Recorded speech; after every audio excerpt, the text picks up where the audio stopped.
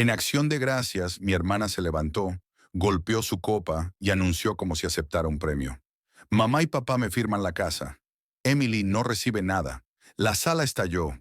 Aplausos, silbidos. Alguien incluso gritó. Ya era hora de que no aplaudiera, no pestañeé. Solo sonreí como se sonríe cuando hay tormenta. Pero ya saben que el techo es de ellos, no tuyo. Dejé el tenedor. Papá, dije en voz baja, ¿se lo digo yo o lo haces tú? Su rostro se desvaneció. Mi hermana se quedó paralizada. Y en ese momento, todos supieron que algo se avecinaba. Antes de contarles lo que pasó después de ese silencio, díganme, ¿desde dónde me escuchan esta noche? Ayuda a saber que hay gente que ha vivido en familias como la mía. Me llamo Emily Nolan, y si hubieran conocido a mi familia antes de Acción de Gracias, habrían pensado que éramos muy unidos. El tipo de imagen del Medio Oeste que la gente publica en tarjetas navideñas, suéteres iguales, sonriendo frente a un árbol, fingiendo que nunca alzamos la voz. Pero familias como la mía no se quiebran de manera ruidosa y obvia. Se quiebran en silencio en pequeñas decisiones sobre a quién se escucha y a quién se ignora. Y desde que tengo memoria he vivido en el espacio tranquilo donde la gente solo te nota cuando necesita algo. Jenna, mi hermana menor, nunca conoció ese espacio. Era la favorita, brillante, ruidosa, llena de encanto. El tipo de chica a la que los parientes adulan en las reuniones, llamándola natural y brillante. No la odié por eso. Simplemente aprendí pronto que tendría que construir mi vida por mi cuenta, porque nada me iba a ser entregado como se le entregó a ella. Al crecer, vi a mis padres prestar atención a Jenna como si fuera una planta que necesitaba riego constante. Clases de baile, campamentos de verano, clases particulares, cosas que me dijeron que no podíamos permitirnos cuando las pedí. Más tarde, cuando me mudé a Chicago por trabajo, lo llamaron egoísta, como si elegir la independencia significara abandonarlos. Mientras tanto, Jenna se mantuvo cerca, visitándonos cada fin de semana, adaptándose a ese molde perfecto que le habían creado. Aún así, seguía viniendo a casa para las fiestas, sobre todo para mi abuela. Evelyn, Nolan, mente aguda, cabello canoso, la única persona de la familia que me miraba con verdadero orgullo. Cuando me abrazaba en la puerta no lo sentía como una obligación. Era como si me vieran. Me daba una palmadita en la mejilla y susurraba algo como, «Eres más fuerte de lo que creen». Luego se dejaba caer en su silla como si no me hubiera dado suficiente energía para aguantar un año más. Este día de Acción de Gracias se sintió extraño, incluso antes de empezar. El aire en la casa era diferente, denso, expectante, como si a todos les hubiera contado un secreto que yo no debía escuchar. Mamá corría por la cocina con esa sonrisa forzada que usa cuando esconde algo. Papá no me miraba a los ojos ni por un segundo. Jenna no dejaba de sacudirse las pelusas del vestido, aunque estaba impecablemente limpio. Y cuando entré al comedor, noté una cosa más. Faltaba una silla vacía junto a la mía. Ni se había movido, ni se había apartado. Había desaparecido. Debería haberlo sabido entonces. Uno pensaría que la silla vacía habría sido suficiente advertencia. Pero en mi familia, las señales siempre se acallan antes de explotar. Me senté de todos modos, alisando la servilleta sobre mi regazo, fingiendo no darme cuenta de cómo las conversaciones se apagaban cada vez que entraba en la habitación. Se apagaban por un segundo, como si alguien hubiera pulsado el botón de silencio, y luego volvían a retomarse con risas forzadas en cuanto yo pasaba. Jenna flotaba como la estrella de su propio desfile, revisando la mesa, ajustando los ángulos del centro de mesa, susurrándole pequeñas ayudas a mamá que las hacían sonreír a ambas. De vez en cuando, me miraba con una sonrisa forzada, educada pero vacía, como si yo fuera una compañera de trabajo a la que apenas toleraba. No siempre era así. Durante mucho tiempo, Jenna y yo éramos solo dos niñas, compartiendo habitación, pasándonos notas por debajo de la puerta cuando se suponía que debíamos estar durmiendo. Solía trenzarme el pelo, robarme los suéteres, rogarme que la llevara a todas partes en cuanto sacara el carnet. Pero en algún momento entre la preparatoria y la edad adulta, algo cambió. Ella se adaptó cómodamente al papel que mis padres construyeron para su hija perfecta, la niña dorada, mientras yo me escabullía silenciosamente del marco. El problema de la casa comenzó 6 meses antes, mucho antes del anuncio de Acción de Gracias. Era un húmedo sábado de junio cuando mamá me llamó pidiéndome que volviera a casa por algo importante. Sin detalles, sin previo aviso. Cuando llegué, me llevaron directamente a la mesa del comedor, la misma mesa donde todo se desmoronaría más tarde. Papá tenía una carpeta dispuesta como una presentación. Mamá sonrió con demasiada fuerza, como si le doliera la cara, estirándose. Cariño, empezó papá, estamos refinanciando la casa, solo una simple firma, mejores tasas, no tendrás que preocuparte por nada. Aún así, algo dentro de mí se tensó. Mi familia nunca me pedía ayuda, a menos que necesitaran más de lo que estaban dispuestos a admitir. Hollé los papeles, con el corazón palpitante, intentando entender las cifras. Algo no cuadraba. Demasiadas páginas, demasiadas cantidades tachadas, demasiadas explicaciones apresuradas. ¿Puedo llevármelos?, pregunté, manteniendo la voz serena. Mi abogada puede revisarlos. El silencio que siguió me lo dijo todo. La sonrisa de mamá se desvaneció. Papá cerró la carpeta demasiado rápido, como si se arrepintiera de haberla puesto delante de mí. Es solo una formalidad, insistió. ¿Para qué complicar las cosas? Pero cogí la carpeta de todos modos. De vuelta en Chicago, mi abogada hojeó los papeles, arqueando las cejas con cada página. No sonrió. No se anduvo con rodeos. Me llamó a la mañana siguiente. Esto no es una refinanciación, dijo. Es una transferencia de responsabilidad. Si firmas, eres responsable de su deuda. ¿Deuda? Me quedé mirando el número de teléfono. ¿Qué deuda? Me explicó despacio, con cuidado. Una segunda hipoteca, meses de pagos atrasados, cartas de ejecución hipotecaria, cosas que ni siquiera sabía que existían. Y en el momento en que comprendí, algo dentro de mí se asentó. No ira, todavía no. Algo más frío, algo firme. 2 meses después, papá volvió a llamar, esta vez pidiendo dinero. No un préstamo, ni ayuda, sino dinero. Dijo que era para las facturas médicas de mamá, pero cuando me ofrecía pagar el hospital directamente, se derrumbó. La historia cambió. La verdad salió a la luz. Pagos atrasados, plazos, desesperación. Y ahora, sentada en esa mesa de acción de gracias, viendo a Jenna brillar bajo la atención de todos, el peso de esos 2 meses me oprimía las costillas. No le estaban dando la casa, le estaban dando la deuda, y esperaban que me sentara tranquilamente a su lado mientras ocurría. Para cuando llegó noviembre, el secreto se cernía sobre mis padres y yo como un cable de alta tensión. No hablamos de los papeles que me negué a firmar, ni de la llamada donde papá admitió la verdad. Nuestra conversación se redujo a actualizaciones del tiempo y preguntas sobre el trabajo, como si una charla trivial pudiera cubrir un cráter. No sabían que había hecho más que negarme. Yo misma saqué los registros de la propiedad. Sabía de la segunda hipoteca, de los intereses que los consumían, de la ejecución hipotecaria que ya corría. Se estaban ahogando e intentaban arrastrar a alguien más con ellos. Al principio, pensé que ese alguien siempre estaría destinado a ser yo. Yo era la que tenía el trabajo estable en Chicago. Sin hijos, la persona a la que veían como la red de seguridad a la que tenían derecho. Decirles que no era como aprender un nuevo idioma con sabor a culpa. Entonces Jenna empezó a publicar pistas en línea, pies de fotos sobre grandes cambios, fotos en el porche con nuestros padres, chistes sobre estar lista para ser propietaria. Cada publicación era como una pieza más que encajaba en su lugar. Una semana antes de Acción de Gracias, mamá llamó para contarme con entusiasmo lo emocionada que estaba Jenna por recibir más visitas una vez que todo estuviera arreglado con la casa. Lo dijo con ligereza, como si la casa fuera una reliquia familiar, no una bomba que estuvieran envolviendo en un lazo.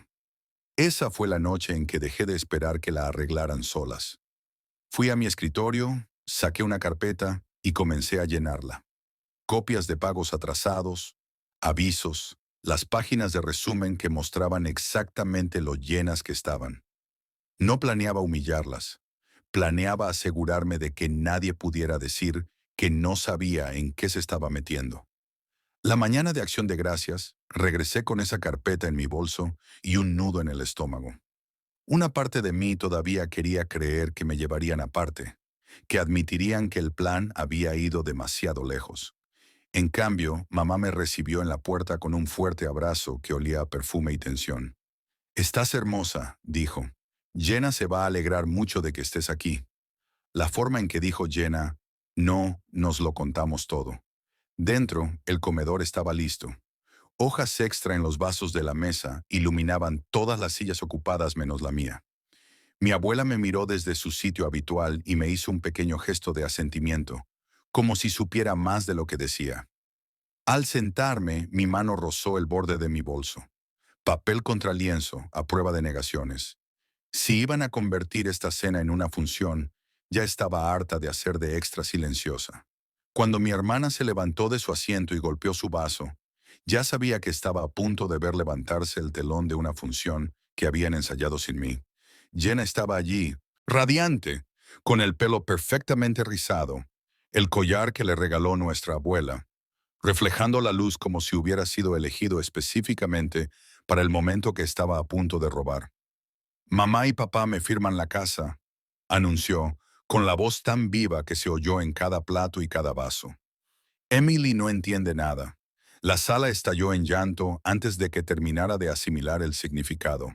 Aplausos, fuertes aplausos, algunos silbidos y la clase de risa que la gente usa cuando cree que está apoyando algo bueno. Alguien incluso le dio una palmada en la espalda a papá. Mi madre se secó el rabillo del ojo como si estuviera presenciando un compromiso.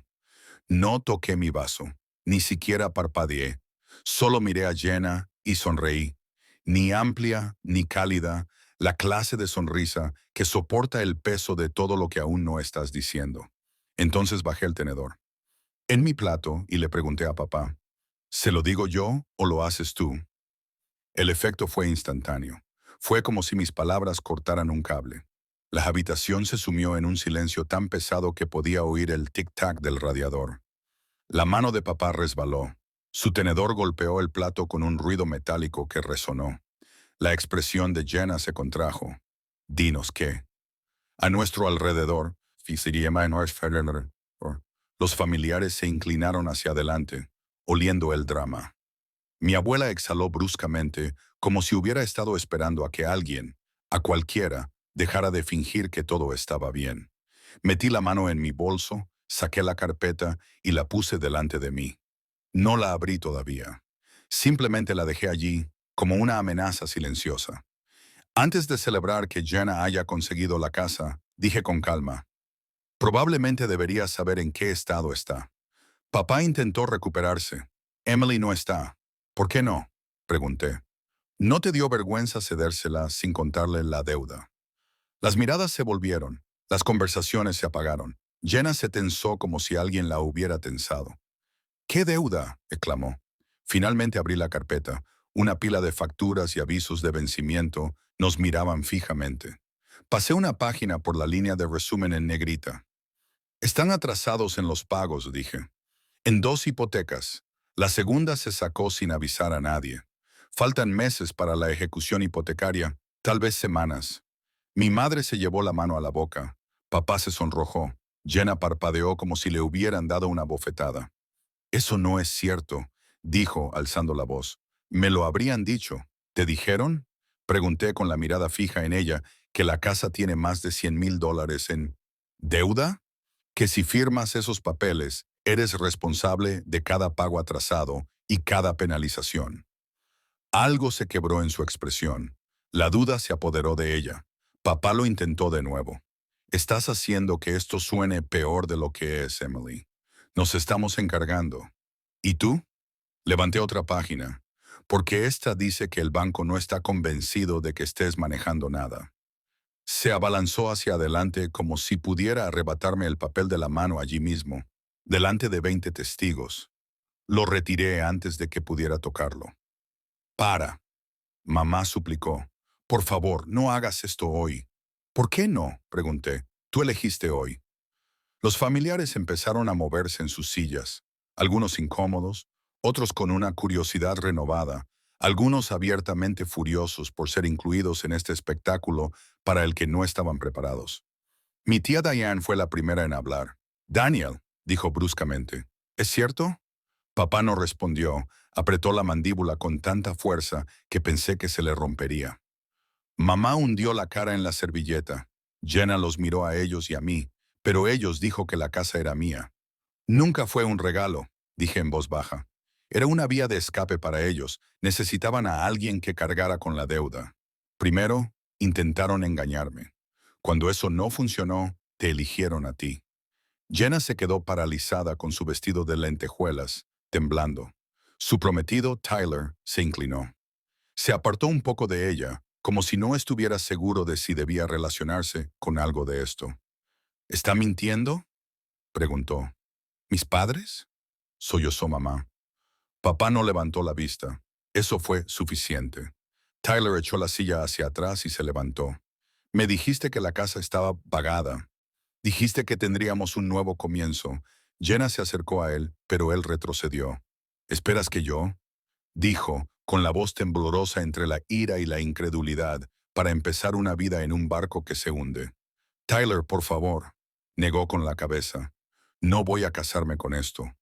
La sala jadeó al unísono cuando pasó junto al pavo, junto a mis padres atónitos, y salió por la puerta principal sin mirar atrás. A Jenna le fallaron las piernas. Se dejó caer en la silla con las manos temblorosas, el rímel corrido por sus mejillas. Por primera vez en años, parecía la niña que solía meterse en mi cama después de las pesadillas. Esto no es culpa mía, susurró. No lo sabía. Lo sé, dije en voz baja. Papá golpeó la mesa con la palma de la mano. Lo arruinaste todo. Lo miré fijamente. No, lo arruinaste todo en el momento en que intentaste pasarles la deuda a tus hijos como si fuera una herencia. Estás destrozando a esta familia, Mombed. Ya estaba rota, dije. Simplemente me niego a seguir escondiendo los pedazos bajo la alfombra. Un murmullo se extendió entre los familiares que estaban de acuerdo. Un juicio de decepción, de esos que duelen más porque vienen de testigos que lo vieron todo. Mi abuela se levantó lentamente, usando la mesa para mantener el equilibrio. Su voz, aunque débil, tenía más autoridad que la de cualquier otra persona. Te enseñé algo mejor que esto, le dijo a mi padre. Tus hijas no son botes salvavidas a los que puedas subirte. Papá se encogió. Mamá lloró con más fuerza. Jenna finalmente me miró con los ojos hundidos. ¿Y ahora qué hago? La pregunta le impactó más de lo que pretendía. No porque yo tuviera la respuesta, sino porque finalmente le preguntaba a la persona correcta. No a los padres que le habían creado ilusiones, sino a la hermana a la que habían dejado de lado. Antes de que pudiera hablar, alguien llamó a la puerta con fuerza.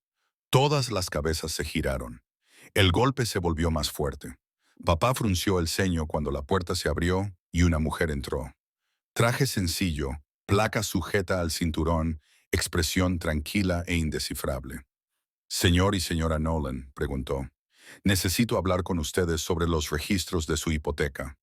La habitación estalló de nuevo, esta vez en una oleada de incredulidad. Mamá casi se desplomó. Papá palideció. Jenna se agarró al borde de la mesa como si fuera lo único que la mantenía erguida. No me moví. Simplemente me quedé allí sentado respirando lentamente, viendo cómo la verdad finalmente caía donde pertenecía. ¿Por qué está aquí?, susurró papá, con la voz quebrada. El investigador ni pestañeó. Recibimos un informe de posible mala conducta financiera. Tengo algunas preguntas. Se podría haber oído caer un alfiler. Nadie vitoreó ahora. Emily, mamá sollozó. Dile que la malinterpretaste, por favor. No respondí. Todavía no, porque la verdad apenas comenzaba a desvelarse. Cuando el investigador entró en la casa, todo lo que había contenido, mis padres finalmente se desmoronaron. Ella hacía preguntas tranquilas y mesuradas sobre pagos, atrasos, avisos, la segunda hipoteca, y cada respuesta que evitaban hacía que la habitación pareciera más pequeña. Los familiares se alejaban de ellos como si se alejaran de un incendio. Jenna permaneció inmóvil, con las manos temblorosas en el regazo. Ya no estaba enojada, Simplemente se había vaciado como si alguien la hubiera vaciado. Mi abuela estaba detrás de ella, apoyando una mano en su hombro, firme y silenciosa. Cuando el investigador se fue con los documentos, la casa se sumió en un silencio denso. Mamá intentó alcanzarme. Papá murmuró que los había avergonzado. Ni disculpas ni culpas surgieron. Recogí mi abrigo. Jenna susurró, no te vayas, seguiré aquí. Le dije, solo que ya no por sus mentiras. En las semanas siguientes todo cambió. Mis padres se vieron obligados a enfrentarse a lo que habían construido capa tras capa de secretismo, excusas y deudas. La casa se puso a la venta. Se mudaron a un pequeño apartamento al otro lado de la ciudad, más tranquilos que nunca. Se acabaron los grandes anuncios. Se acabaron las ilusiones de la infancia dorada. Jenna empezó terapia.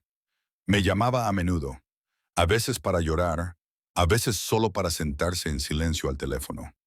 Me dijo que finalmente entendía por qué dejé de dejar que nuestros padres hablaran por mí. En cuanto a mí, aprendí algo que debería haber sabido hace años. Decir la verdad no es traición. Ocultarla sí, y las familias construidas sobre la negación siempre se derrumban con el tiempo. Si alguna vez has tenido que estar solo en una mesa llena de personas que dicen amarte, dime desde dónde me escuchas. Y después de escuchar mi historia, ¿qué hubieras hecho?